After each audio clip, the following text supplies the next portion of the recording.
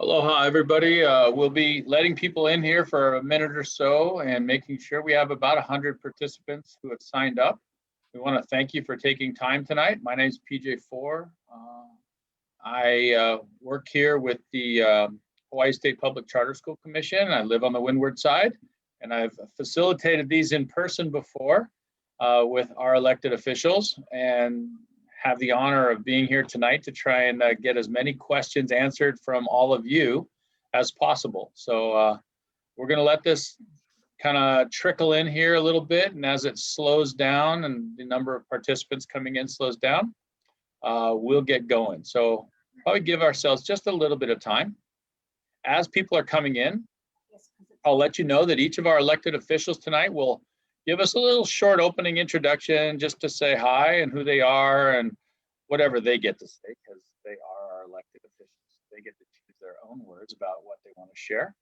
And then we will start fielding questions. I know that some of you have sent questions in to a few representatives, and we have those. We're going to ask you to, you can do one of two things. Either, no, we're not going to be typing in the chat. We need you to raise your hand, I believe is what it was.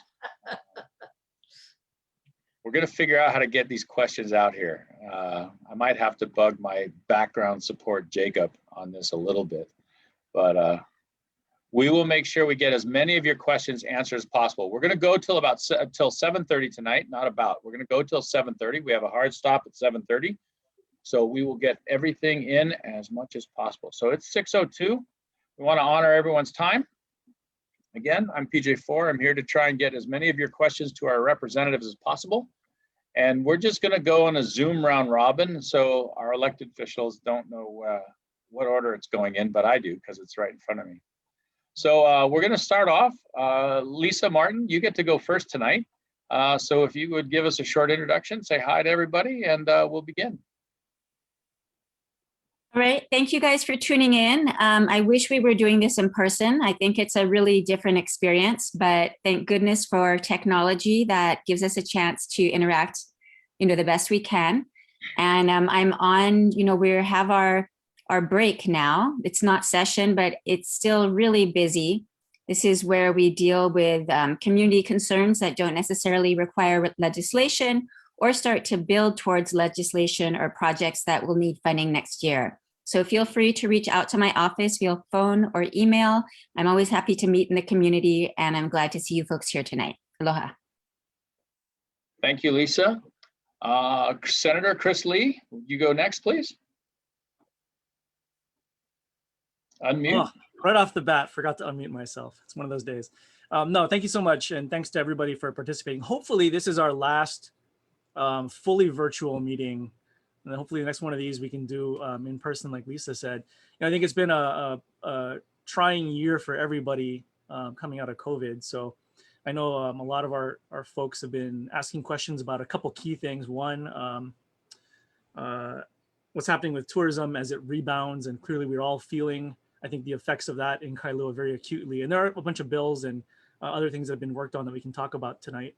Secondly, traffic and safety and what's happening with our highways and everything else. The city's got its own thing going on, but we are the #1 place for pedestrian fatalities in the country. And we do have the highest cost of transportation in the country, and we have the #1 worst traffic in the country. And there are reasons behind all of those, and there is stuff we can do about it. So there's a couple projects on the state side we've been working on and other places.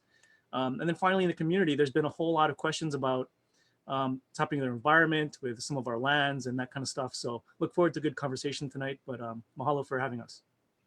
Thank you, Chris, for Senator Lee for wrapping that up. Senator Keohokalole, could you please unmute and say hi? Hi, aloha everyone. I'm Jarrett Keohokalole. I share the Malka districts of Kailua with Senator Lee. I'm happy to be with you folks. I'm gonna share screen really quickly because I have a couple of things I wanted to show everyone. I just wanted to real quickly brief everyone on I'm sure you've seen in the news the new travel protocols. It doesn't look like it's working, so I'll just explain real quick.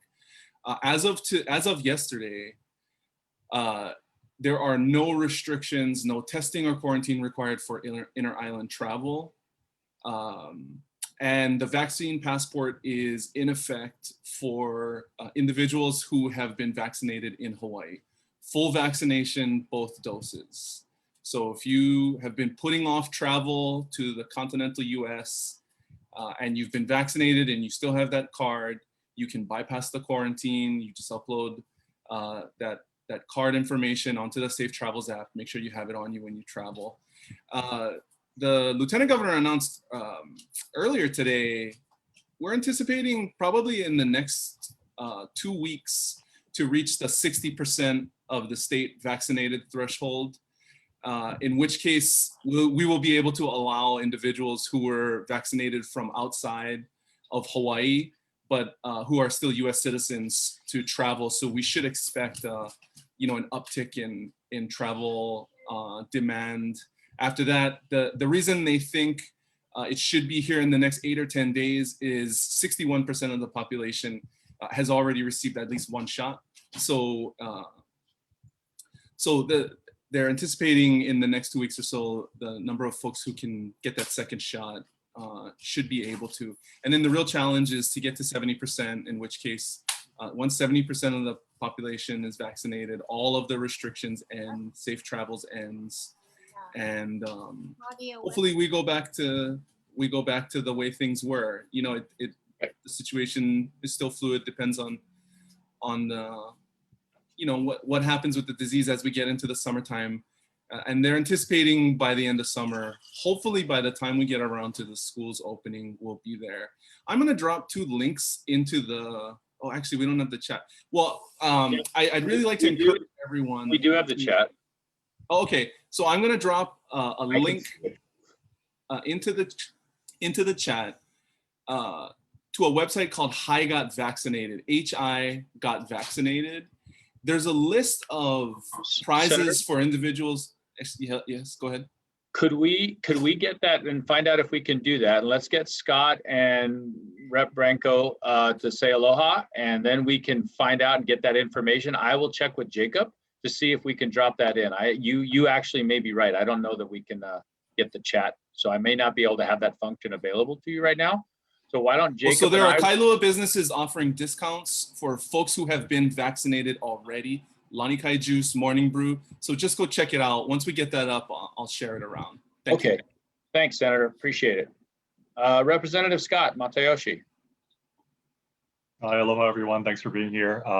Representative Scot Matayoshi. I represent the communities of Olamana and Manawili on the Kailua side, and also a big chunk of Kaneohe on the other side. Not too much to add. I mean, I'm really looking forward to your questions. I did want to also emphasize the website that Senator Keohokalole is going to be putting in. Lots of great prizes. My wife is very excited about a chance to win a year's supply of Zippies. So no one else take that prize before we get there. But please, please get vaccinated. It's really the one way that we're going to try to get back to normal and really get our tourism industry back up and running. I think I know we've talked about this a lot before, but I really think that we're relying a little too much on tourism right now.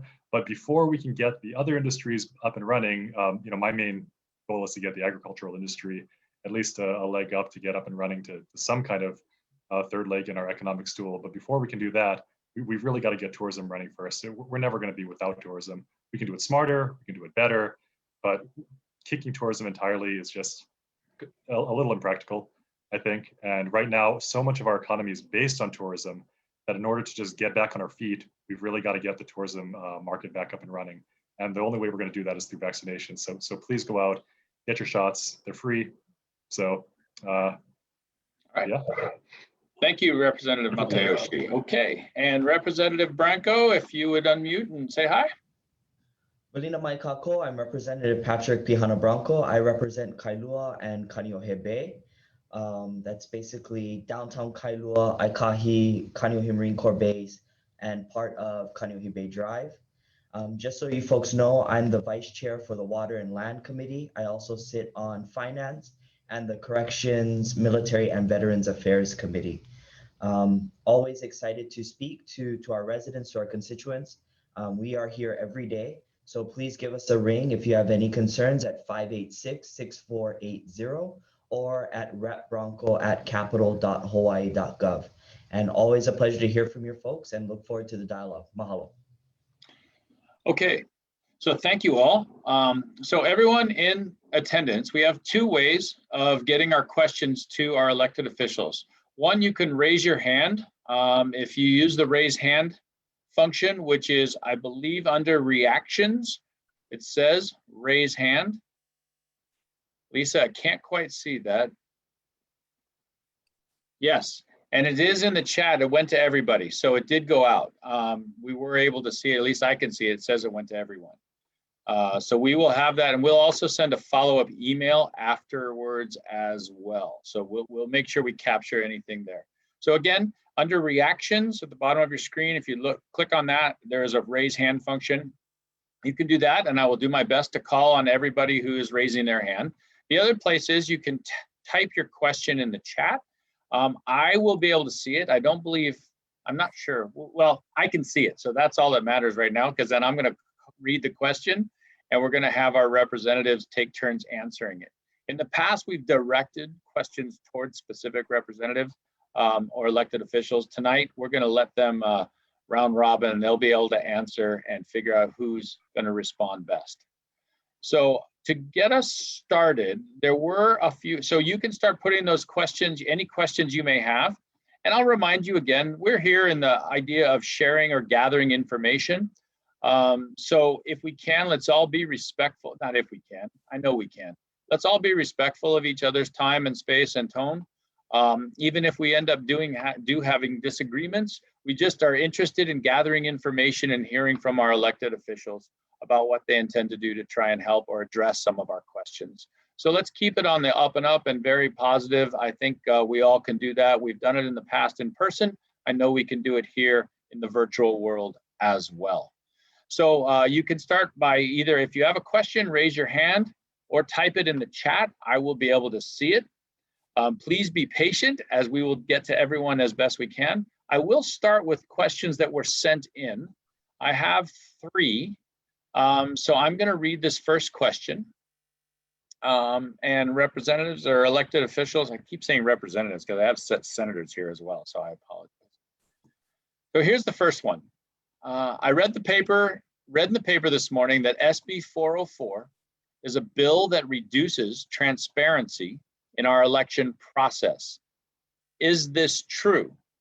There's a second part, and it said, if signed by the governor, it would be almost impossible for voters to know who is paying for the election advertisement.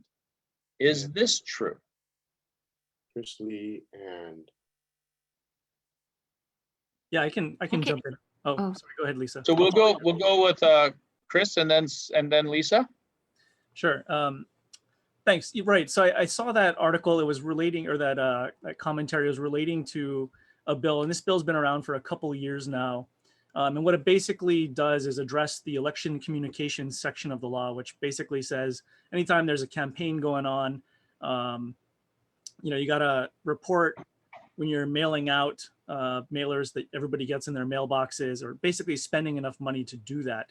You got to report like when you sent it out, where it's going, et cetera, et cetera. Before, that actually didn't exist. And for many, many years, part of the problem was we started having these outside mainland corporations coming into Hawaii, spreading money around, kind of making big body politically. And that's not who we are in Hawaii, right? I mean, we've always been campaigns from grassroots up and all of that sort of thing. So we want to make our laws reflect that. So the law I actually passed, I wrote the original law that put this into effect. And it said, for all those electioneering communications, the kind of stuff that people can send out. And since there was a court ruling at the US Supreme Court, Citizens United, about 10 years ago, money's been pouring into the political system. So we passed the law at the time that said, all right, we got to put these additional requirements for reporting in so that people know where the money's coming from and where it's going. The challenge was that was directed at those third-party expenditures. because we want people to donate not to these completely black box, super PACs where you really can't see where the money's coming from. Every dollar that's donated to a candidate, it has to be reported, and you see where that money's coming from. So if someone gives me $1,000 check, it comes from my neighbor down the street, everybody can see that. That's totally transparent. When they donate to these PACs, it's completely untransparent. You don't know who it is that's contributing. And so the idea was that this law would apply to those PACs and say, all right, if they're going to be making these expenditures saying advocate for this person or against that person, and it's all usually really shady, and they're doing these ugly campaign attacks, we want to know where that money's coming from. So that's the way the law was set up. Unfortunately, what happened was it was interpreted, I think, the wrong way, because that wasn't the intent when I wrote it, to apply to all candidates. And the challenge there is it removes the incentive for people to want to donate through candidates, because that's where the transparency is. So all of a sudden, a lot of donations are just going to PACs instead. And that kind of undermined the intent of transparency. So what this law does basically is put it back to what the original intent was, so that there's an incentive for people to donate through candidates where there's full transparency, where we have the ability legally per the US Supreme Court to make sure that people can see where that money's coming from, and try and get people away from donating to super PACs. And that's really the challenge with the bill. It's not true that you won't be able to see where money's coming from if this bill passes. It just changes the place where you go look for where that's happening. Okay. It's a different website. Thank you, Senator. Representative Marten?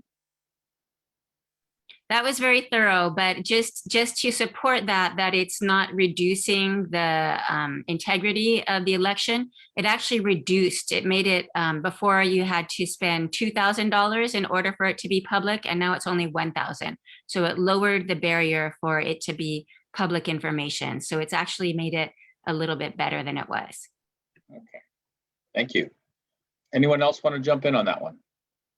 Senator Keohokalole? Yes, as Senator Lee said, the bill was well-intentioned. When there's a large expenditure of money on advertising at the end of these races, which is often when the real yucky attack ads come out from all sorts of corners of the state and the world in these campaigns nowadays, the intent was to make sure that that money was tracked and people knew where those ads were coming from. The first year the Campaign Spending Commission implemented this legislation, I think 75% of the candidates running for office all violated the rule because they made it, because it was so confusing. So they had like 140 violations from big campaigns, small campaigns. The bill just needed to be clarified so that it supports the intent. If everybody's getting a $25 violation for it, then you don't really know who the big violators are. So I do agree. I think the bill is a good idea, and it's gonna make the system work a little better. Great, thank you. Anyone else, or we're good? We can move on.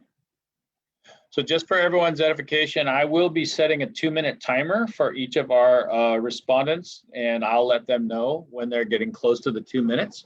I'm going to go back and forth between chat questions and people who have their hand raised. So right now, Gary Weller, you have your hand raised, and Jacob, I don't know if you can unmute him or if I can unmute him.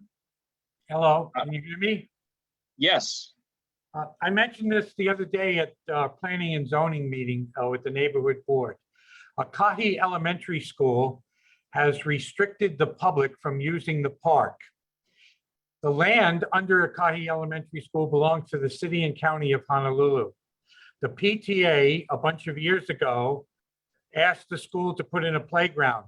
The DOE refused. No money, no this, no that, whatever it was. The PTA went out to the community. We all donated money, over $150,000. The Marines Corps base, Hawaii, put 400 soldiers in there to help us build the playground. 150 people from Kailua, contractors and etc., helped build the playground. We paid for an architect that designs and builds playgrounds for communities all across the country to come to Hawaii and build the playground. I personally got 9 vendors to contribute a generator and other equipment, the porta potties, because the DOE would not even allow us to use the bathrooms in the school or hook into their power while we're building this playground. So the playground was completely open to the public for maybe almost 8, 9, 10 years. And all of a sudden, the school got rid of the recycling bin that used to give money to the PTA. And then the school put a new gate up, which you can't crawl under and get into. Now people climb over the fence. The school calls the police. People are getting arrested with their children for trespassing. And it's our money. Okay, the school is ours, the people, the land belongs to the city and county, not even to the DOE. And they're refusing and they're arresting families and kids for being in a playground that we built. What Gary, can you do about Could I it? ask you to ask the question, please? What I just did. What? Oh, can I you thought, that was, okay, I'm sorry, I heard the statement. Okay, good. That was good context and background. The Thank question is, What can you do? there we go. Okay, thank you, Gary, I appreciate it. You're welcome. Thank you. Go ahead and take this question. Gary, thank you for always being a very active and strong voice for our community. I wasn't aware of all of that background. I did meet with Aikahi Elementary recently, and there wasn't a land transfer that there was the talk about moving the land from the city and county to the Department of Education. There were some issues there that they're trying to figure out now. And so I do know that they're working on that. My understanding is during school hours, the playground, it cannot be used by the community, but after school, it can be used until sundown. And I do know they're going to be putting up signs and whatnot, but you know, your comments are very fair. Let me go back to Principal Frazier and see what the status is of the playground, and then we can work on figuring this out. Thank you. Thank you. Okay. I'm not sure if anyone else would get into that. Sounds like that's in Reps Branco's area. So we'll move on to the next one. Is that correct? Am I getting a thumbs up from our elected officials? Good, thank you. Okay, I'm gonna go to the chat question then, that was sent in. So I'm gonna read this question. It's a little bit long, so bear with me. I would like to know how federal funds that were given to State of Hawaii and City of Honolulu from the second round of recovery from the Biden administration is being used. The tourism industry has not fully recovered, and many businesses continue to struggle with cash flow, keeping their employees paid, paying rent, and covering overhead before the government fully reopens tourism. My understanding is that much of those funds should be dedicated to tourism and travel companies, but there has been no news on this. Last year, the City of Honolulu was providing $10,000 grants periodically, and it should continue this until the state is fully reopened. The state should also support the travel industry businesses in the same way. I look forward to your comments. Who wants to take a crack at that? Sure, I'll try. Okay. The quickest, easiest way for general higher level review of the tracking of those COVID monies can be done through the Hawaii Data Collaborative's website. They spent a good amount of time last year working and sometimes cajoling the state into setting up an apparatus so that they can track the money. So for higher level review of where it's going and what the money's being used for, hawaiidata.org is a good place to start. If there are specific questions, I guess the question was alluding to grant programs for businesses in the tourist industry. I can follow up on that. And if the individual would like to email me directly, or if Jacob or PJ, we can do some offline I can get you the name. It's of the person who sent in the question. Sure, but hawaiidata.org, the Hawaii Data Collaborative, has a live dashboard that is tracking the federal money. Okay. Lisa, I thought looked like you had something to add. I just wanted to add that a lot of the business support actually didn't get channeled through the state or the city. It went directly from the federal government.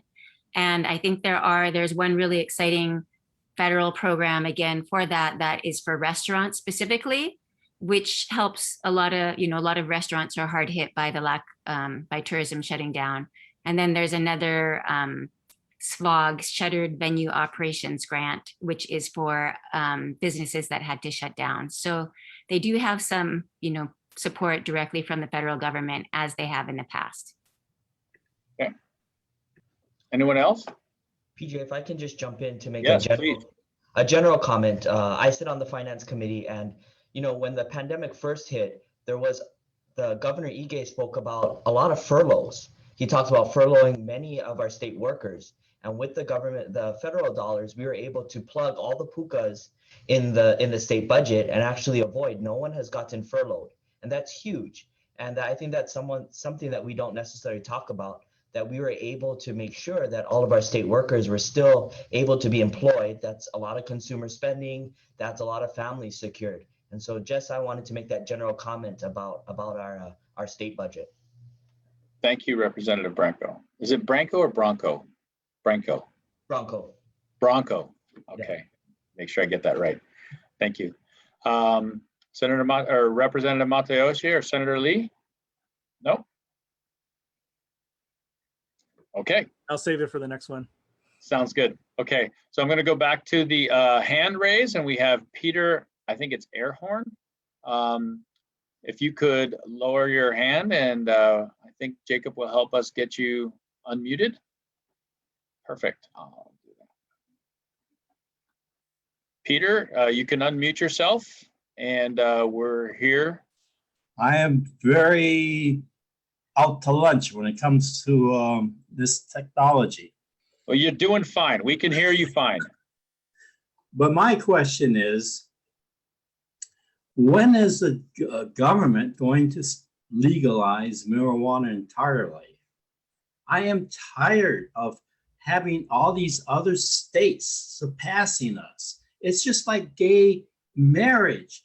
We ended up being number, 16, 14, something like that? And what's going to be with marijuana? Are we going to be number 50? I mean, this is a plant that was created by God on the third day of creation. And it is illegal because it provides competition to big business, specifically paper, alcohol, and a bunch of other products. So when is it going to be legalized? I like the fact that it got through the Senate this time, but the representatives, for some reason, said no. Why? Okay. Thank you, Peter, for asking that question. Is it emotional? I'll jump in. Okay, Senator Lee. Yeah. So Peter, appreciate your comments. I mean, you're absolutely right. There's a long history to this that I'm gonna try and cover in less than 2 minutes. But I mean, it was the victim of competition and governments back in the day outlawing it because it did pose a risk to business. And today, there's a huge amount of opioids and others that would go away were it legal to access something that is far less dangerous, but still provides people, particularly with medical conditions or therapeutic interests, an alternative. And we've seen around the rest of the country right now, all the states that have legalized, you reduce underage access, you get rid of the black market, you create a safer product. So at the end of the day, it's good for getting rid of crime and reducing that. It's good for getting it out of the hands of kids and putting it in the hands of responsible adults. And it's better for people's individual choices and freedom. And I think we did a survey of Kailua just this past January, asking this very question, and it came back I think it was roughly 70% or so in support. And I think I did introduce those bills along with many other colleagues who are hugely supportive. And I think Senator Keohokalole had commented at the last meeting and worked on stuff as well. And I think it's inevitable that it happens. So maybe next year, maybe the year after that, but it just makes sense no matter how you cut it. Plus, if it is properly managed and regulated, then you do have a safer market that can also produce revenue to go to schools, to treat other hardcore drug addictions and other things. So I would expect it's around the corner. That's just me guessing here. Thank you, Senator Lee. Anyone else? Yes, Senator or Representative Matayoshi. So one of the main issues for legalizing marijuana on a larger scale too is that federally it's still illegal, and due to the supremacy clause, as you all know, we can't really do too much about that on the federal level. It's always going to kind of trump us because the federal government is in so many of our institutions, especially banking. That makes it especially difficult for even the legal medical marijuana dispensaries to store money, to spend money. It just becomes kind of a big mess. Sorry if I'm making faces this way, that's because my kid is eating right there and making faces at me first. So I think that's really one of the main problems when I talk to people in the House, when I talk to constituents in my neighborhoods. The last time the legalization of marijuana bill came up, I got an overwhelming number of emails against legalizing marijuana, and I think maybe one for it.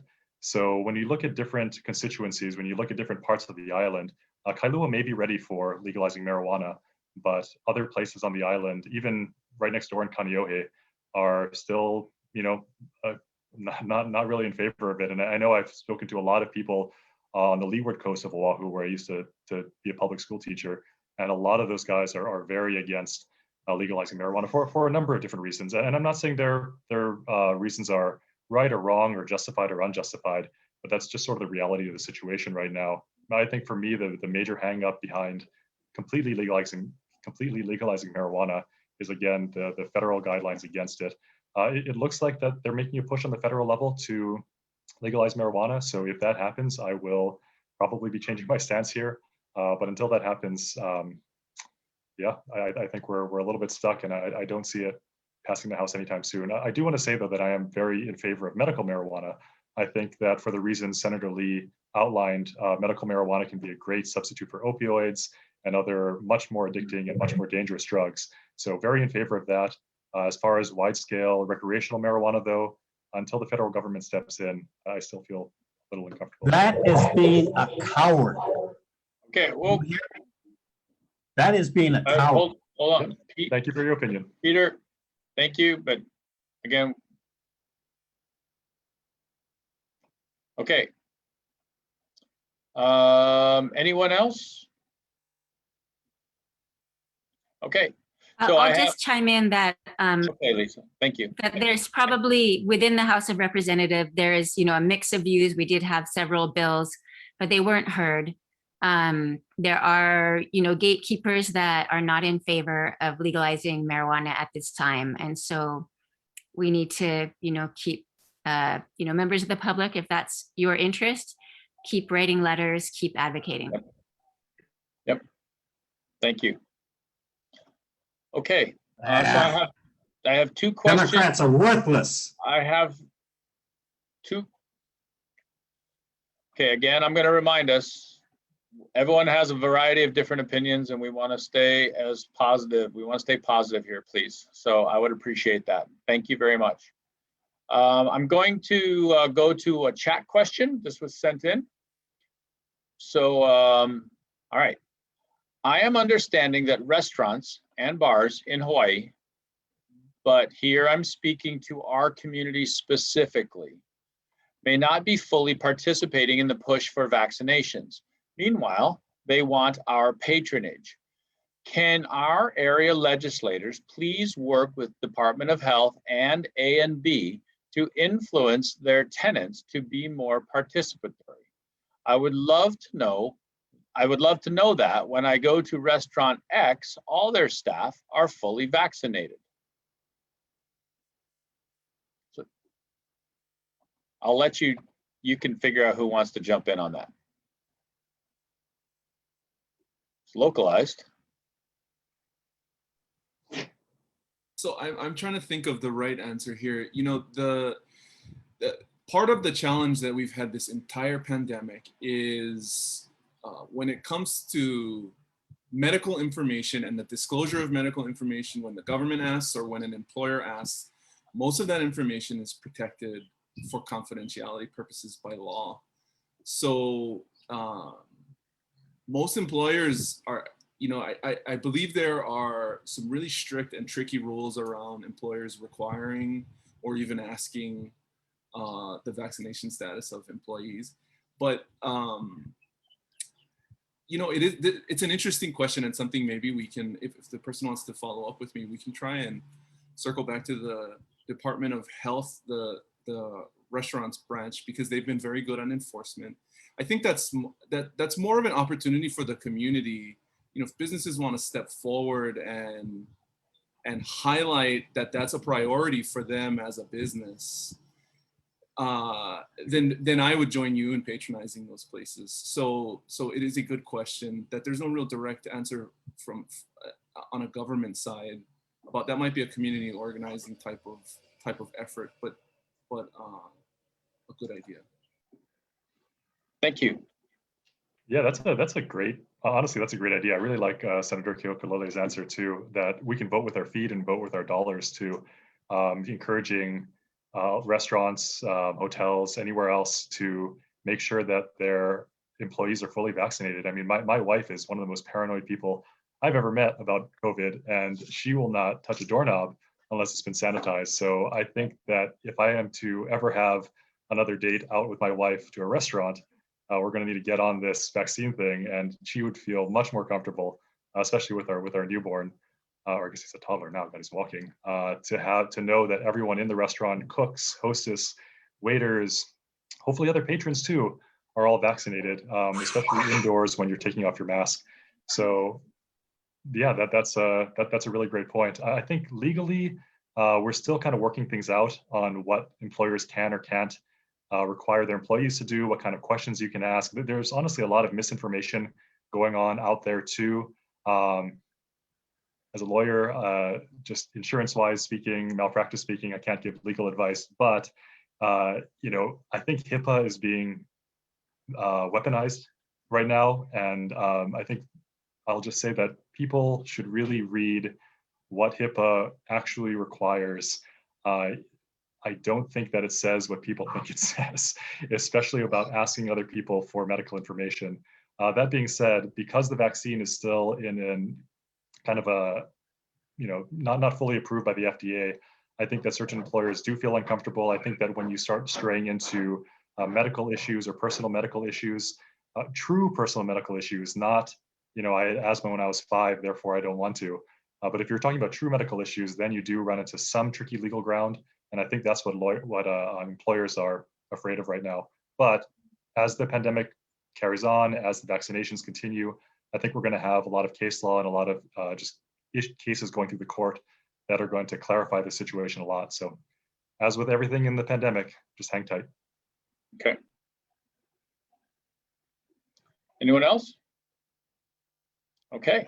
So I have a phone number here that has their hand up. I don't have a name with whoever that is. So the phone number with your hand up. Jacob, I hope you can help me with this one. I'm going to ask you to 291 number.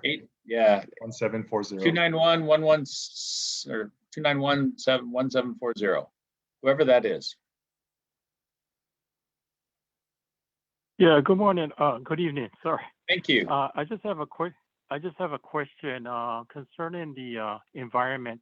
As sea level grows from the melting of the post-Arctic ice up there in the north of the United States and abroad, I just want to know, what is the state plan to do to prevent erosion from the coastal lines, our highways, or the homes at the coastal lines, our water level, and the famous quote from Benjamin Franklin: if you fail to prepare, then you prepare to fail. So I want to know, what is the preparation for future goals for the state to address this problem? And I'll listen on. Thank you. Mahalo. Go ahead, Lisa.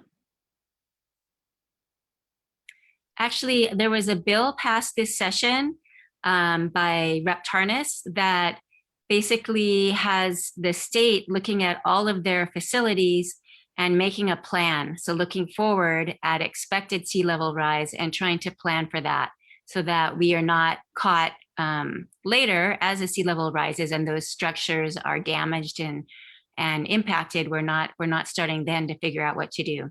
So that is, a first step to take care of state facilities. There are a lot of problems already, as if anyone's tried to go up on the east side of the island with the highway there. And actually, I'll probably leave that to people who are closer to that area to talk about. But yeah, the infrastructure problems are already hitting us. It's not a thing of the future, but we are trying to plan for the future as well. I'll jump in on that too. Okay. For a long time, even as recently as like 10 years ago when I first got elected, it was sort of taboo to talk about what's going to happen to answer that question. What are we going to do when erosion and everything else takes land, houses become compromised, highways become compromised? And it's because it's a difficult question to answer. In some cases, there is no good answer. And we I think over the last 10 years have tried to change that. And part of that was getting our State Climate Commission established and putting in the money to do the highest resolution sea level rise risk assessment of anywhere in the world, which we have here in Hawaii, which is really kind of exciting because it tells us where those losses are going to be. And we've already identified over $19 billion in coastal roads, infrastructure, and all the rest that are going to be, for the most part, wiped out in the decades to come. And so I think Lisa is absolutely right. It's all right, now that we know that, now that we have monetized the answer and the risk, now we have elements of the large landowners along the coast, business community, others who previously weren't engaged on this issue, realizing that if we do nothing, we're all on the hook. We're all going to have our tax dollars going to spend on emergency fixes and whatnot, or we're just going to lose entire sections of the highway, which is truly the case in here in Oahu, where even right now there's discussions happening about along the North Shore. Are we going to be able to maintain that highway forever, or do we have to either cut it off at certain points or move it back? In either way, it's going to be a huge hit to the community. And same here in Kailua. We're lucky that we are a beachside community, but the closer people build to the edge of the beach, the less room there is to retreat. And it's going to be painful when that day comes, and it's not going to be like the ocean's going to rise and it's going to happen, in X number of years. We're going to see storm surges and things like that start to compromise homes more frequently.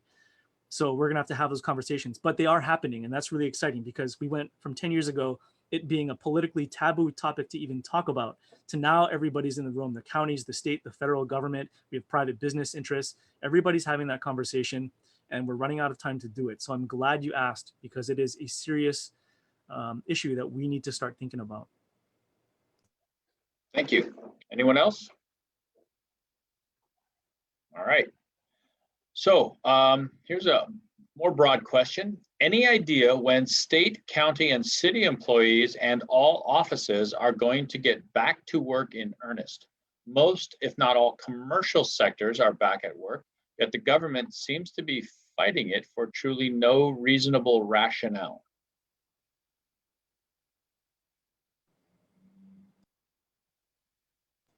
Well, I'll just jump in for the quick answer and just say, I'm not sure, I may be interpreting this wrong, but during the pandemic, government didn't just shut down and everybody went home. I think in a lot of departments, especially Department of Labor, for example, everybody was working not only full-time, but overtime and then some, pretty much 24 hours a day. And while we had a really terrible, 1980s era unemployment system that couldn't handle the volume that came through and was a giant mess, it was the department employees that really stepped up to the plate there. And a lot of volunteers from other state departments who took time, not only off their own jobs, but they actually took vacation in some cases to go volunteer to work to help out the other department. And especially during the pandemic, I just want to be clear that government was like sort of in overdrive in most cases, trying to address all the issues, plus with schools and teachers and everything else, trying to just completely transform the way they do things. I know some other folks have updates on what they want to talk about. I'll come back and answer if other folks don't want to jump in. Yeah, good idea. Yeah, I can speak just from personal experience trying to get a couple documents from my other job through Department of Taxation. I know they were running at about half staff, a little bit, right around half staff, just because of space constraints. I know that indoors we still have guidelines for COVID that make it a little difficult to pack people in quite as tightly as some offices may be structured for or used to. So I think that once again, we keep coming back to vaccinations. Once we have enough of the population vaccinated, once we've got COVID under control, once we can start easing restrictions, especially indoors, I think that we can go more or less back to normal, and we can go, these offices can be fully staffed. That being said, we've seen a huge revolution, I think, in working from home and which jobs can be still done remotely and effectively. So I'm hoping that we don't lose those lessons from the pandemic, and we can maybe deal with a little bit of our traffic problem, maybe deal with a little bit of other childcare issues by allowing certain people to work from home if they can and have proven to be able to do it effectively during the pandemic. So I hear you. I know certain government offices are still not quite at full strength. I think that has a lot to do with our vaccination rates, and hopefully that'll be changing soon. But again, I think we're also waiting for guidance from the FDA and from our own Department of Health as to what we can allow and what's safe to allow in our workspaces. We certainly don't want to put public employees at risk or create another, a potential super spreader event by packing people in too tightly, too fast. Thank you. Anybody else? I'll just chime in quickly that I think, one thing that we learned from the pandemic is that we should be able to do a hybrid, right?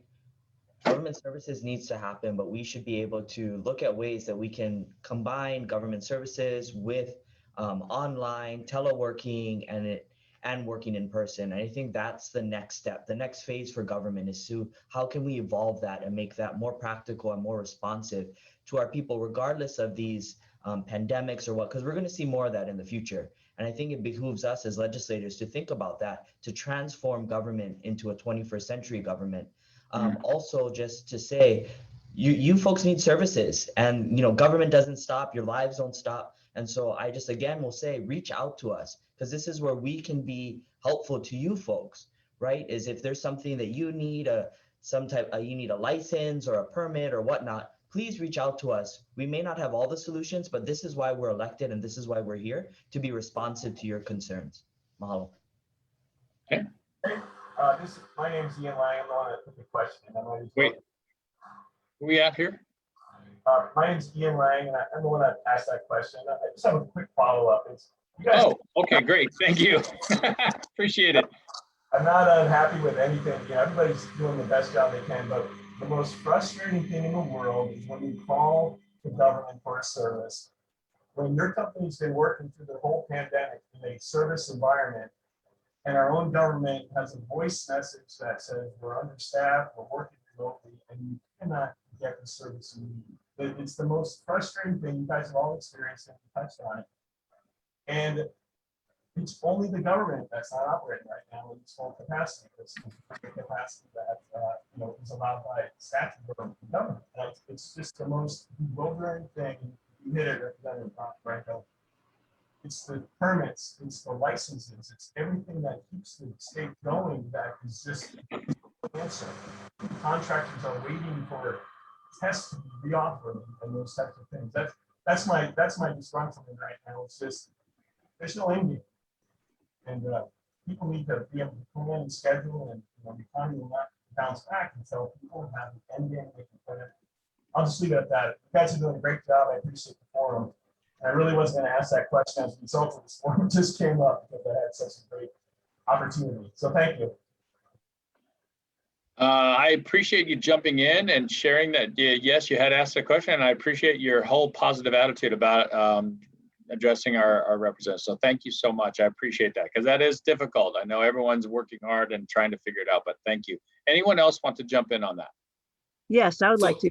This is Kate. What? Oh, I'm sorry. I was actually talking to them, but Kate, do you have a question, follow-up? No, I have a response. I Okay. am a computer programmer for the state. And I just want to say that last summer, we normally got about 2,000 tickets a day. I work for the judiciary. But with the COVID-19 ticket writing, we got 30,000, I'm sorry, we normally got about 2,000 a week. And last summer it jumped up to 30,000 a week. And so the clerks were absolutely slammed. And I just want to say, that's one reason why the government was really, really busy. That's all. Thank you, Kate. I appreciate your jumping in on that. I got a message from one of our moderators that Whiting Highland was raising their hand. I can't see it on my screen. So Whiting Highland, if you are in the meeting and your hand is raised, if you could unmute yourself, please. If you have a question. So I see that your hand is down right now, but if you had your hand up. Can you hear me? We can barely a little bit. If you could speak up a little bit, we'd appreciate it. I'm going to try and get a little closer. Thanks. Thank you. Still can't hear you though. My question deals with helicopters. Quite a while ago, there was a Zoom meeting, a government meeting that concerned itself. Chris Lee was there and Ed Case was there.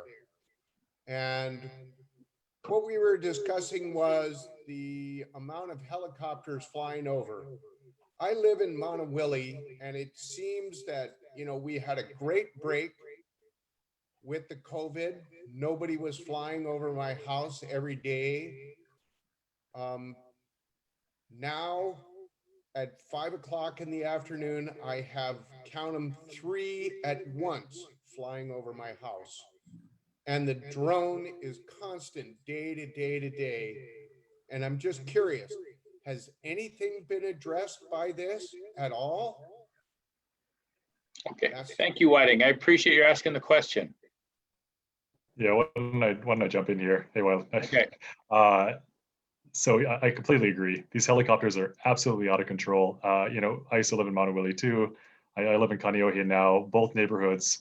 It's almost like they try to buzz our houses as low as possible sometimes. It's a little ridiculous.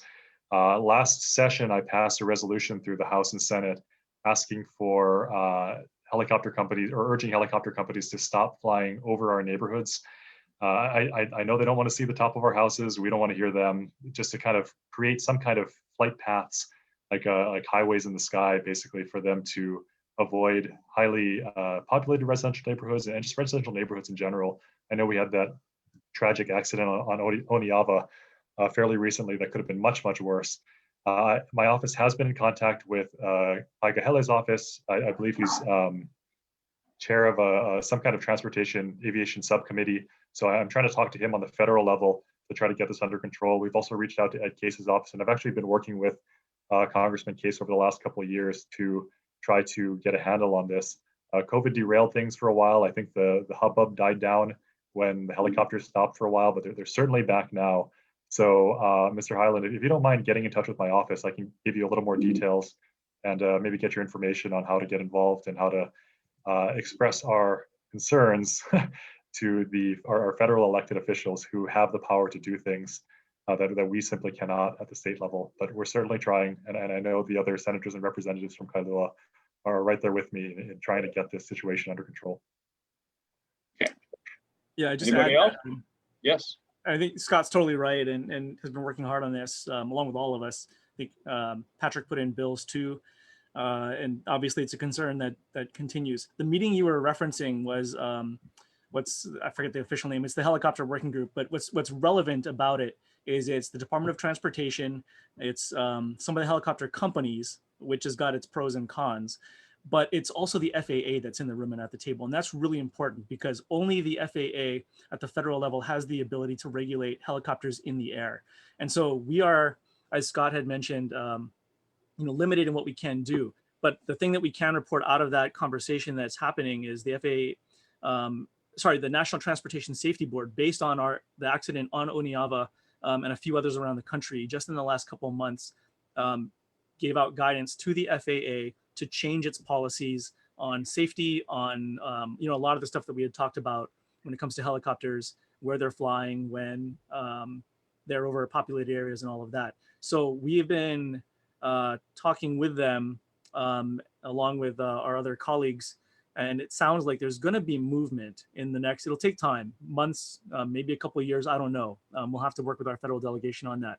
But the FAA itself, who is the key gateholder on, gatekeeper on this issue, is finally starting to budge. And so I think there's positive movement. Okay, Representative Branco. Yeah, I'm gonna just jump in. Senator Lee had a great bill that was gonna require increased liability insurance, and I think that was awesome. I don't remember exactly where it went, but I thought that was one way. That's a good idea that we can combat this.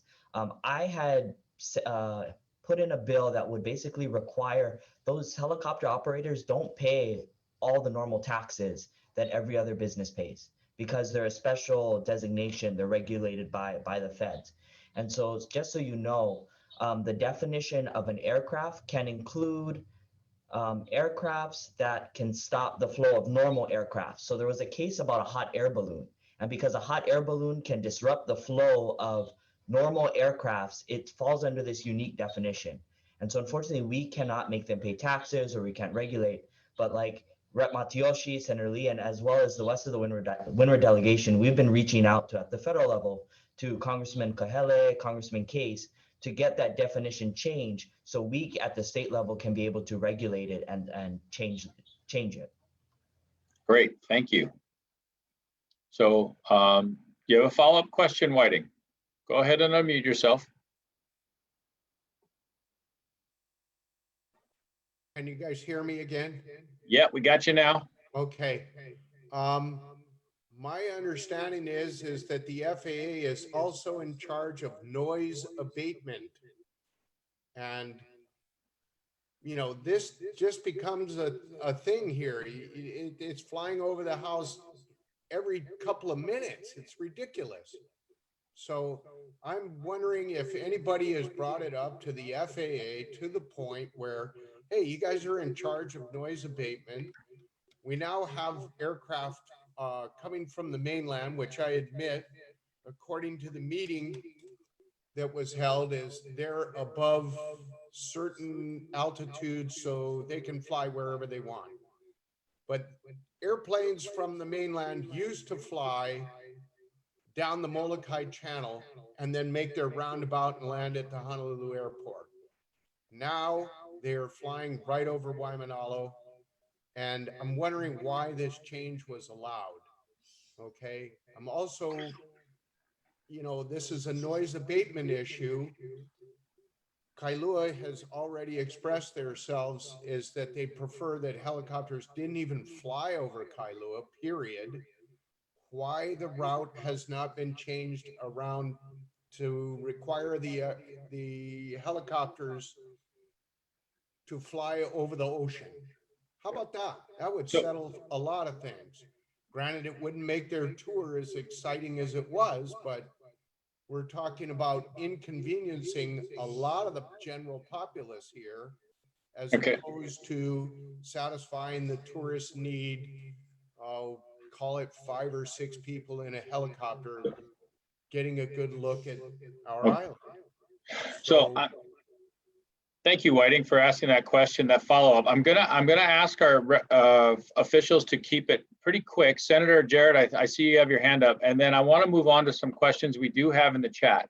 So I don't want to get in the habit. I appreciate the follow-up, but I also want to make sure we only have 30 minutes left or so. We get to other questions as well. So go ahead, but we'll try to keep this one quick. Sure. Two things, and this is not necessarily going to satisfy you or answer that question. The first is the FAA highly regulates transportation routes in the air.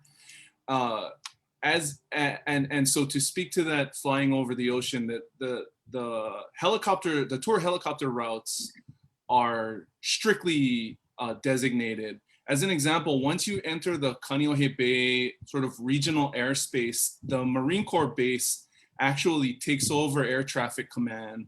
Those helicopters, when they get to Kailua, need to radio in to the tower at Marine Corps Base Hawaii, and they are given a directed route so that it doesn't impede the air traffic that goes on at the base. And then once they leave their airspace in around Kahaluu, Kualoa area, then they're passed back over to air traffic control.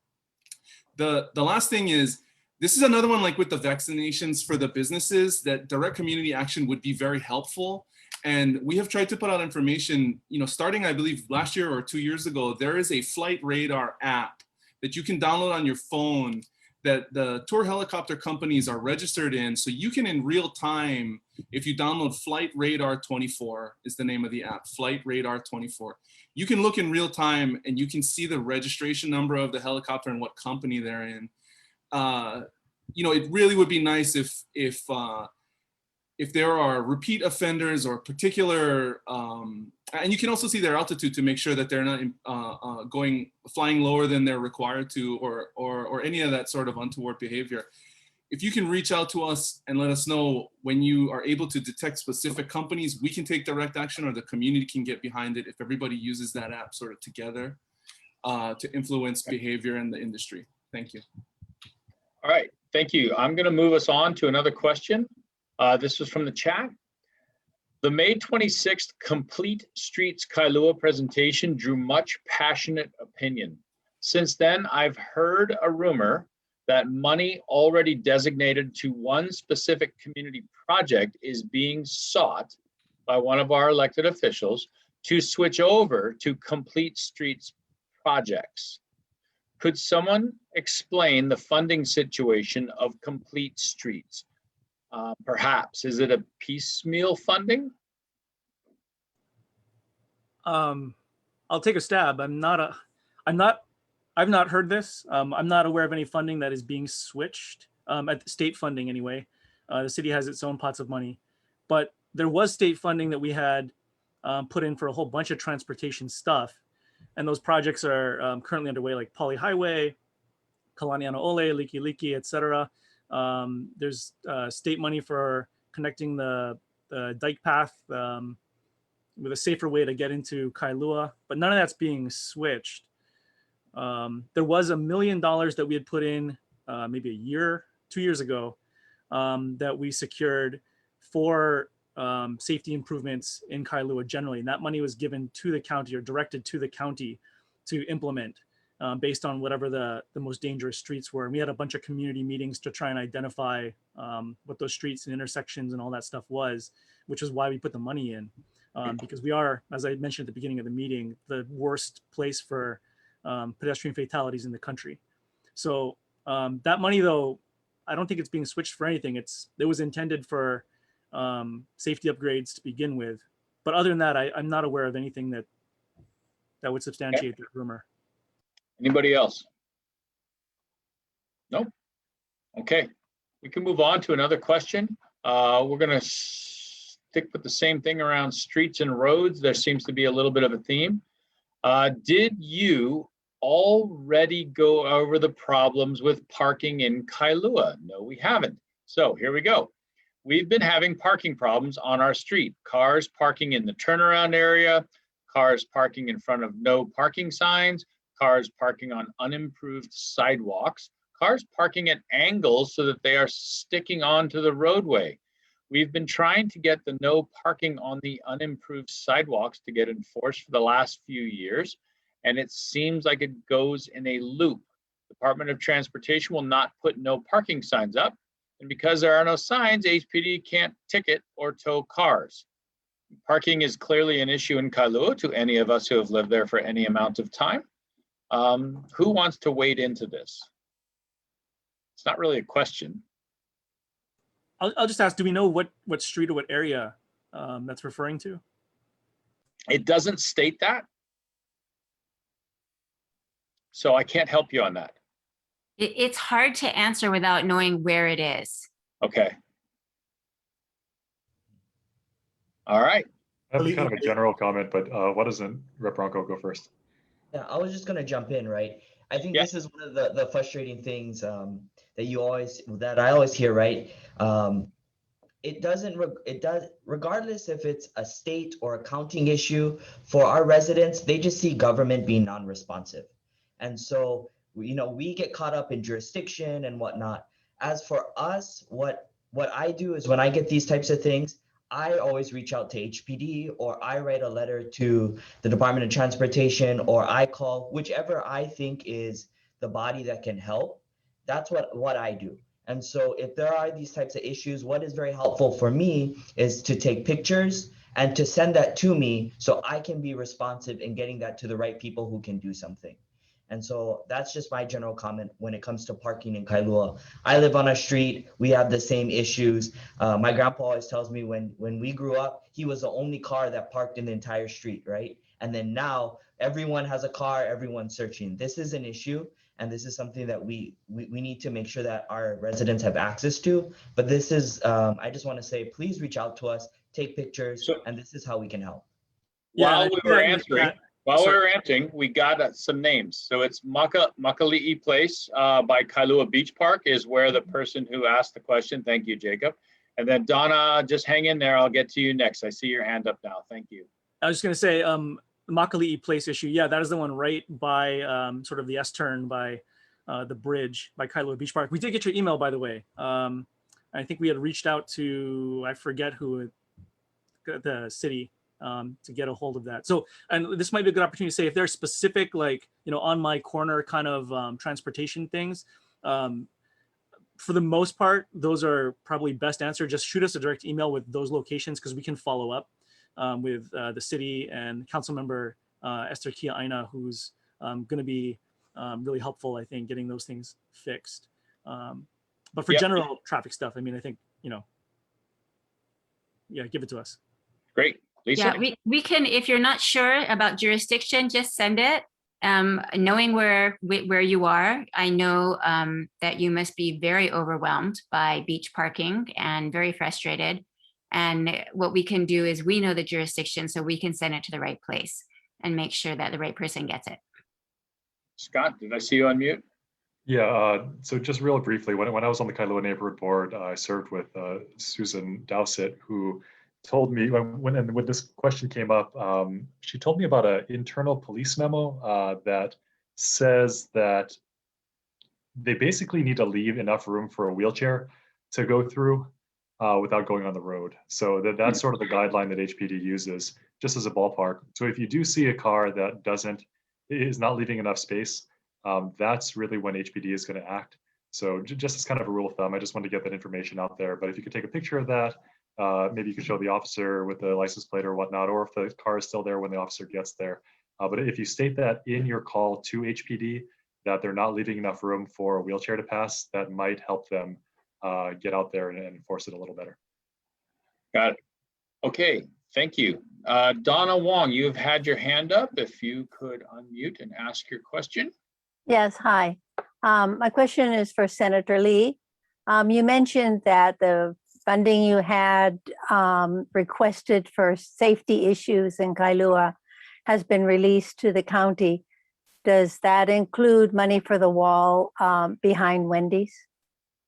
So I believe I don't know exactly where it's at, but it's in the process. We got confirmation and spoke with our state. There's various departments, transportation, budget and finance it has to go through. So it's somewhere in that process right now. But that money the description for that money was broad enough. And when we appropriated it back, the prior year, the intention was to be able to cover something like a wall for the Wendy's situation. So that's kind of hanging out there. So I'll do a quick follow-up question to the Wendy's one because it was in the chat. How can we fix the new traffic problem that Wendy's is causing? I'll take that. That is something that was very easy to foresee, that there was going to be an issue there with people wanting to go to Wendy's from the Kailua town side. And we're going to make a U-turn or turn left into the neighborhood and make a U-turn there. So I did reach out to the Department of Transportation because it's a state road more than a month ago and said, I think we're going to have this problem. Can we put better signage saying U-turn ahead? And the U-turn sign itself, which is just a few seconds up the road, is a little bit hidden by the 35 miles an hour sign. And lo and behold, when Wendy's opened, I got great video footage of those exact activities happening all the time. In addition to that, there's a problem that I didn't foresee that has the traffic backing up so much to go through the drive-through that they're actually blocking the right-hand turn onto Kailua Road from the neighborhood. And I included images of that, and I have not heard back yet from Ed Sniffen, but I have called, including today.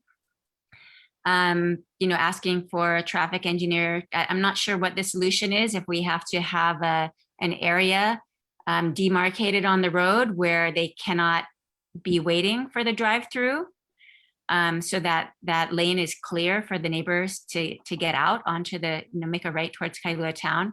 So I guess my answer is we're trying to address that.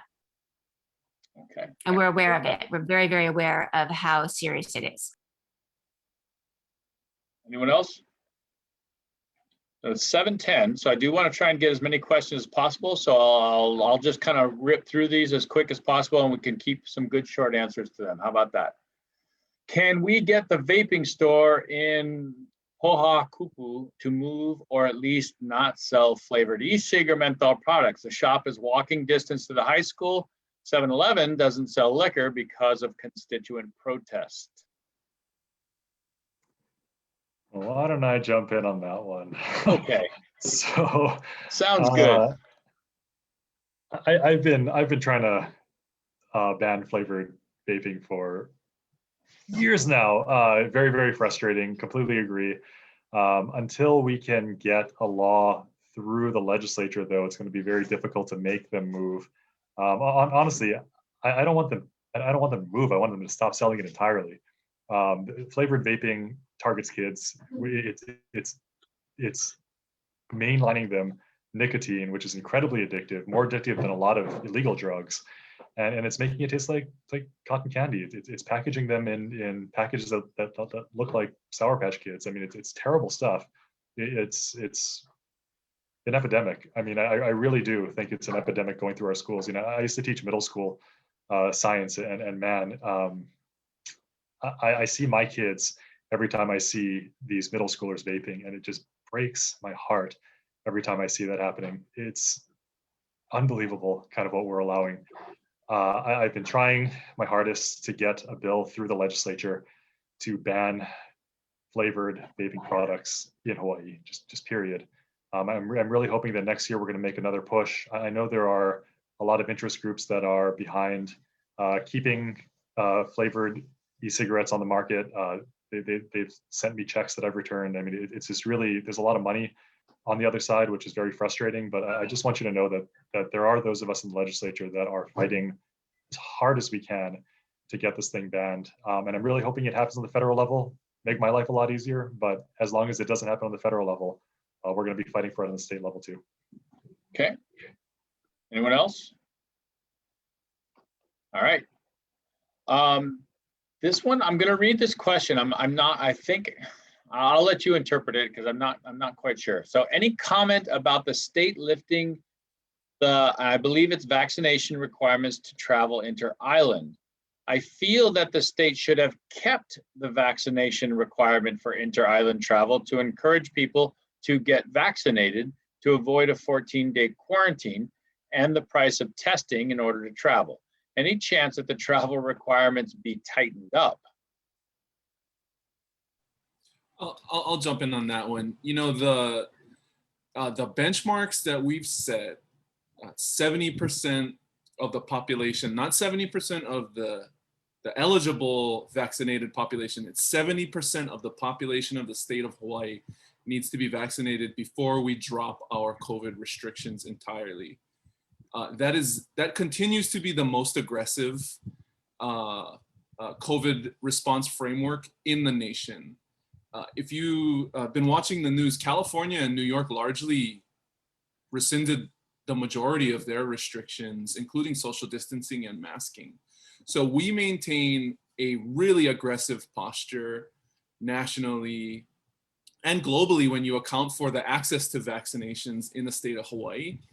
And part of that is that there is a determined effort to try and reach herd immunity because the state of Hawaii still has a chance to get there. It's become clear from the CDC and the medical community that the continental United States is likely not going to reach herd immunity. So we will not see, it's going to take, even in the best case, about 8 to 10 weeks to determine. So that's 2 months, that's the end of summer, to see whether we can even get there logistically.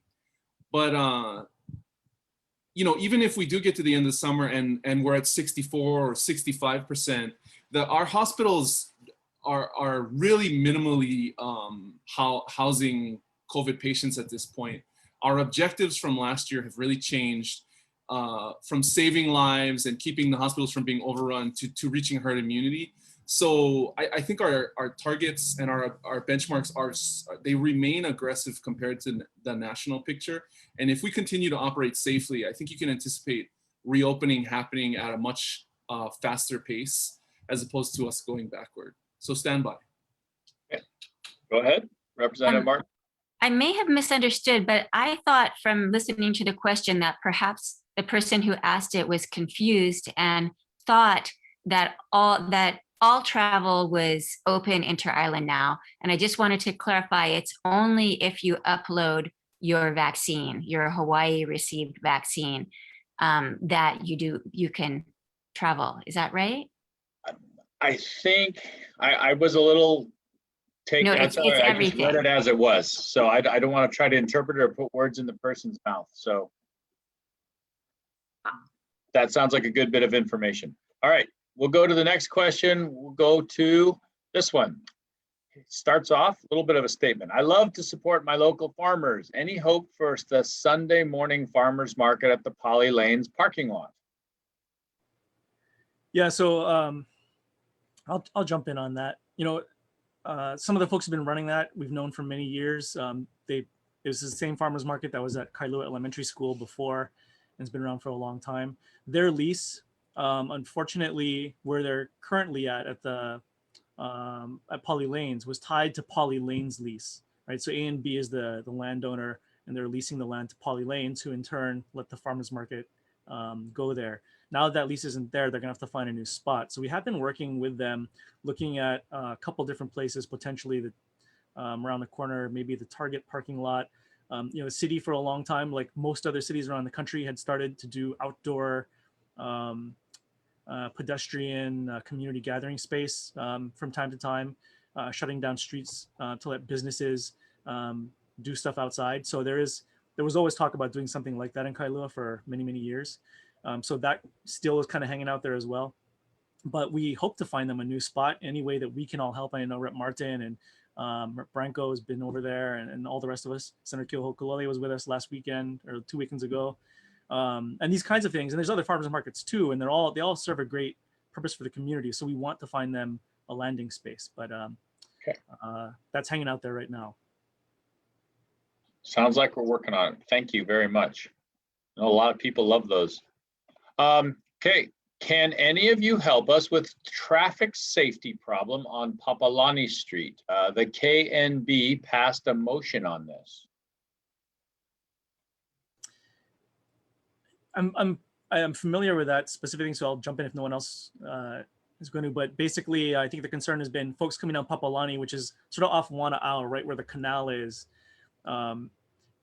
There's really no good signage, and the way the streets are designed, and this is true for most of Kailua, they're really, really not conducive to slowing people down where they ought to slow down. So you come off that street, you take a wide turn right onto Wana'au at 30, 40 miles an hour sometimes, and it's really, really dangerous. Sometimes you don't even make the turn, you end up in someone's front yard. So those are the kinds of situations where hopefully some of the Safe Streets funding that we're providing to the county can help intervene and do something to fix that crosswalk, that corner where that intersection is. There's a lot of options and ways to do it. So we'll have to follow up with Councilmember Kia'aina's office and the city, since that area is a city street as well. But yeah, you're totally right. And that's certainly not the only intersection that's super dangerous. We have a lot of work to do all over Kailua to make sure that people can feel safe with their kids playing out in their front yard, not having to worry about cars coming around the corner and potentially hitting them. Okay. Anyone else? Nope. You're muted, Scott.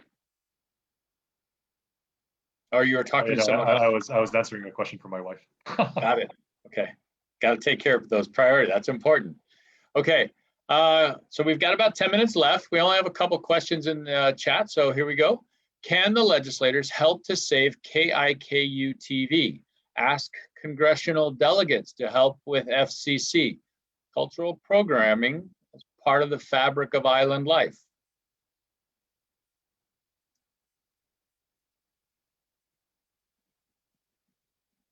Okay.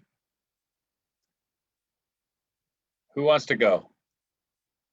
So I've heard about this a little bit, and like many of us, my grandparents always have Kiku on TV to watch the dramas and all those shows. From what I've heard, and I'm sorry I don't have more background, but from what I've heard, Kiku has been going out of business for a while now. So I think this is more of an economic thing. It's not. I got contacted recently from a constituent worried that this was part of kind of an anti-Asian movement that we've seen kind of more nationally.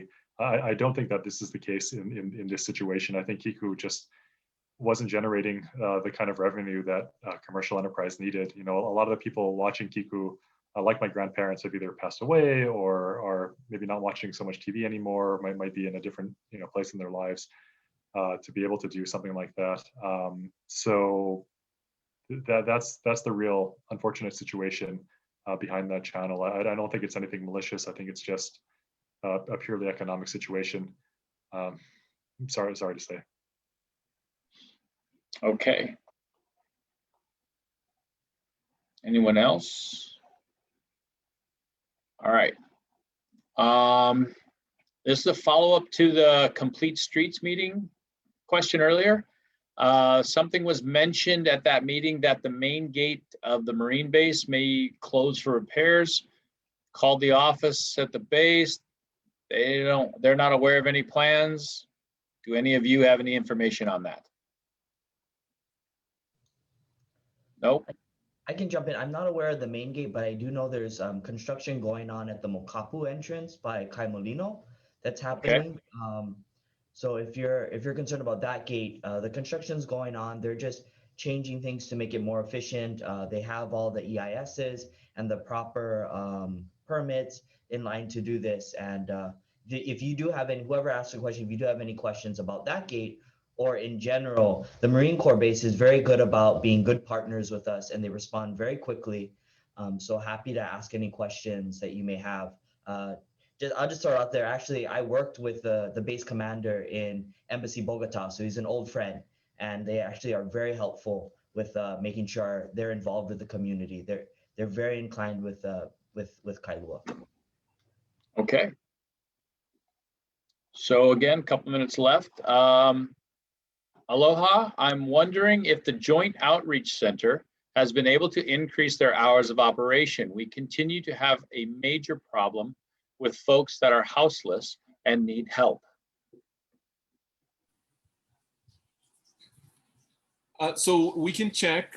The Joint Outreach Center, for those who are unfamiliar, was a pilot project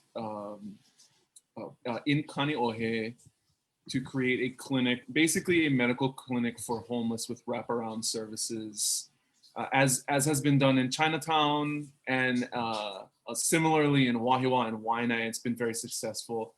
The Joint Outreach Center was, that pilot project was for 3 years. It was tripped up during the pandemic, and the majority of the services utilized at that facility, over 2/3 are just social services, not really medical in nature. So we can check to see if it's been demand-based and it's just been slow because of the pandemic. So I can circle back now that we're starting to reopen again. But some of the projects that we are working on, and I will be working on as the health chair over the summer, are around involuntary hospitalization, or trying to get folks put under custodianships, make it easier for their family members to help them get meds that are necessary. Representative Matayoshi, who was instrumental in the Joint Outreach Center project, and who also tried to facilitate a bill on this this past year, can probably share more. But for the folks that are on the street, chronically homeless for a long time, and they have persistent and permanent mental health conditions, it's very difficult to force them into treatment. And we have some very strict civil rights requirements in terms of forcing them to take medicine. So those are issues that Senator Thielen worked a lot on and made a lot of progress. And so we're going to try and pick that up this summer and make sure that they can get help and that we can try our best to get them off the street. Because once they do get into services, for the most part, treatment has been, a lot more successful than having them just continue to remain in the community. We'll talk about the state hospital a little bit. Yeah, can I address Joint Outreach Center first? Well, okay, Joint Outreach Center and then Senator Lee. And again, we have 5 minutes left, so we want to make sure we get everyone's response in. Yep, so just real quick, thank you to Senator Keohokalole for updating everyone about the Joint Outreach Center. They have switched gears a little bit because of the influx or because of the lack of patients coming in due to COVID. They're doing a lot more outreach, so they've switched gears slightly. So hours are not necessarily going to increase, but at the clinic itself, but they are sending out social workers with medical providers, either nurses or doctors that are stationed there directly to where the homeless are to offer more services as well. That method, that kind of street medicine method, has been pioneered by IHS and others, and IHS does have a presence at the Joint Outreach Center as well. So while you may not see the hours of the Joint Outreach Center increasing, just know that they are still having a positive impact on the community and are actually trying to get out there to still provide services to the homeless. Senator Lee? Well, I was just going to say, Jarrett, you want to mention the state hospital and future capacity that's going to have on this issue? Yeah, sure. As you might have seen in the news, the Department of Health just got the keys to that big building up on the state hospital campus. It is the new psychiatric facility. It's a modern building, which was the big problem at the state hospital. They were operating in 1950s facilities for high-risk psychiatric patients. So there's going to be a lot more capacity for them to house folks in the right setting that's safe. And then also, there's a tiny home project up at the state hospital campus to provide transitional housing. And we did pass a bill this year that should net about 60 to 80 new beds at Leahia and Maluhia Hospital in town for respite. So when folks do agree to come off the street, the long-term homeless, or when they are required to go to the ER under involuntary commitment, we now have a place for them that we did not have, where they could spend 30 days, 2 weeks to get the rest of their medical conditions underway, to do an assessment and to properly hand them off to care, which has been a big problem with street outreach for the homeless in Kailua. So we had a follow-up to that Joint Outreach Center regarding Kailua. There's a person in the audience who sent a chat to me. Malia Espinda, will you please unmute yourself and ask Sure. your question? Hi, you guys. Hi, Senator and representatives. Just a quick follow-up question and a very specific one about a very specific homeless person, Sonia, who many of us know. She's the local woman who we see. I just want to highlight, and I see Catherine also on this call too. Kathleen, I'm sorry. She's looking really bad. It took. I was part of helping Mango Man finally get off the streets and hospitalized and some care. But I just want to highlight that Sonia's really looking like she's really doing not well. So I don't know if we can help her, but she's looking very frail and very disheveled, more than normal. Thank you.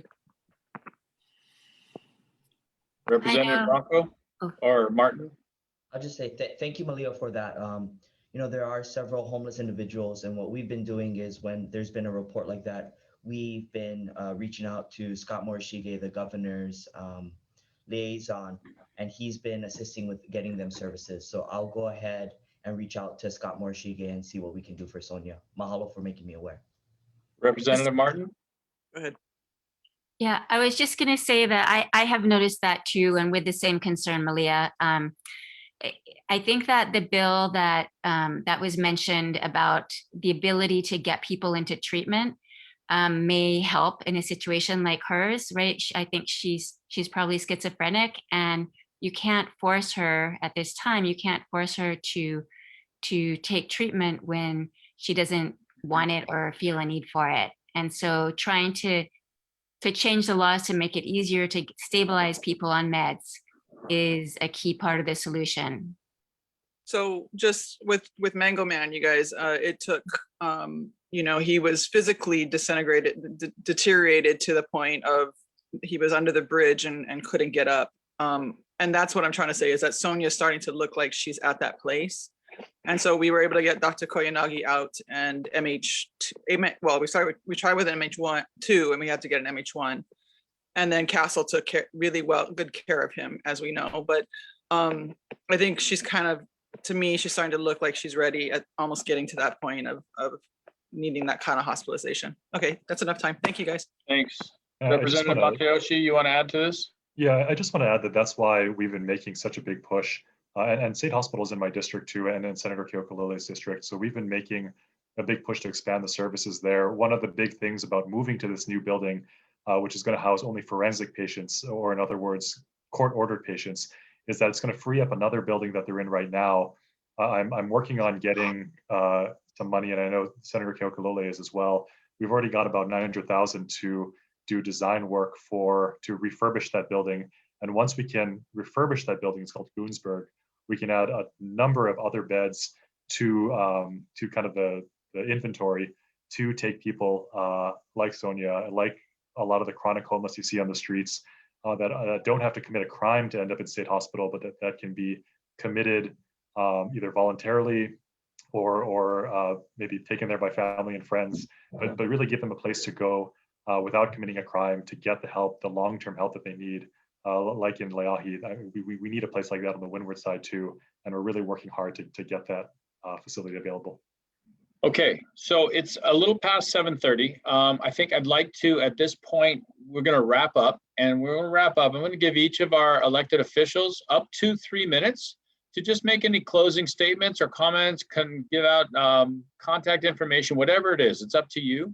But we'll go 3 minutes. I've got my timer on, so I am going to put a hard stop on the 3 minutes, folks. So be concise.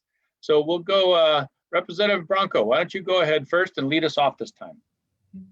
Aloha everyone for being here. I really appreciate the opportunity to have this discussion, and we look forward to having this continue throughout. I think we have a great delegation, and we have a great community, and these types of things are very important. Again, if you need to reach me, please contact us at 586-6480, and my email is repbranco@capital.hawaii.gov. Aloha and have a good night. Thank you. Okay, Representative Matayoshi. Yeah, thank you to everyone for being here. Really appreciate it. My wife says I've been a little long-winded, so I'll keep it pretty short. But thank you for being here. If you need my office's assistance, please feel free to reach out. My email address is all over the web, but we look forward to hearing from you. Thank you. Thank you, Representative. Representative Marten. Aloha. I just want to say that it's not just reaching out to the office. If there's a problem or an issue in the neighborhood, I now have the time that I didn't have, or the freedom that I didn't have during session, to come and check it out and see what the issue is there. This morning, I went to look at a particular issue in the community, and it's so much more gratifying for me. And I think it's a good way to connect. So feel free to reach out, and we can come to you as well. Aloha. Great. Representative Lee, or excuse me, Senator Lee. Sorry, I was old. That's old time. I got to go. Titles don't matter. Senator Lee. No, thanks to everybody, and thanks to our colleagues. I just want to reinforce that, it's so great.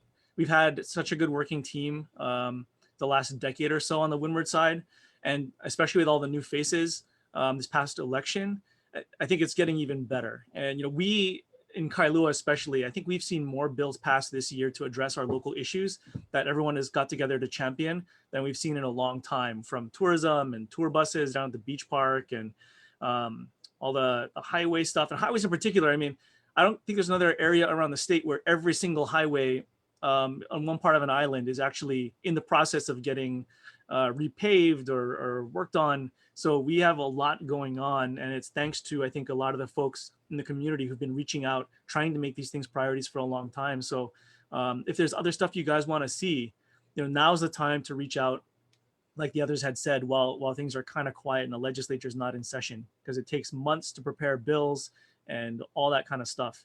So just a big mahalo to all of my colleagues that are here. You guys are awesome, and thanks to the community. All right, Senator Keohokalole, you want to end us up here? And thank you very much, PJ, for moderating. Great job. Really appreciate having you do it. I do remember you used to do the big ones at Kailua Intermediate School in the cafeteria, and look forward to having you come back and moderate the next one there, because I think to close, I just want to say that things have been looking up.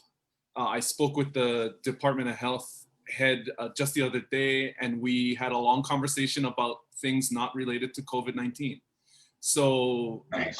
I really want to just say mahalo to all of you in the community who have done such a great job of staying safe and getting vaccinated and trying to stick here with us and get through this. Hawaii has done really, really well. And I think when we look back on the pandemic, people will, it was rocky. Nothing we did went perfectly. The reopening process will continue to be clunky, but I think collectively we committed to do the right thing and keep each other safe. And the results have been really great. And so please just hang on. Like I said, I hope that by the end of summer, we can reach our metrics and things go back to the way they were before. Hopefully a little bit better. And we're here to work with all of you folks to try and keep things going. So thank you very much again for having us all. So with that, I'm also going to echo what our elected officials have said and say thank you. I'm going to thank also all of you in the audience for coming and participating. We had a lot less questions than we normally have when we're in person, but I do want to applaud all 5 of our elected officials here for taking and making the time to come and listen. And that's what we're about here on the Windward side. I know I live there, and I am so grateful that you are all making the time to listen to us. And thank you. We appreciate it. And to everyone in the audience, this is what we're supposed to do. We share our concerns, and these guys are here for us. These folks are here for us. So mahalo to everybody. Have a great rest of your evening. PJ, and, one last thing. Can yes. we do a group picture as we traditionally do? Jacob, that's out of my realm. So if everyone can come on smile camera, on 3 and take a screenshot. Yeah, it's gonna take a couple of seconds because there's 4 pages. So if you want to be in the picture, turn your camera on now. Then on the count of 3. Oh, wait, everybody got to smile. Everyone in the audience, come on You gotta now. hold this smile for about 10 seconds. All right, count on 3. 1, 2, 3. Hold. Continue to hold. Last page. And I got it. Thanks, guys. All right. Everybody have a great evening. All right. Aloha, everybody. Take care, everyone. Aloha. No one steal my year-long zippies, please. Aloha. Thank you. Aloha. Go fuck yourselves. Thanks, Pete.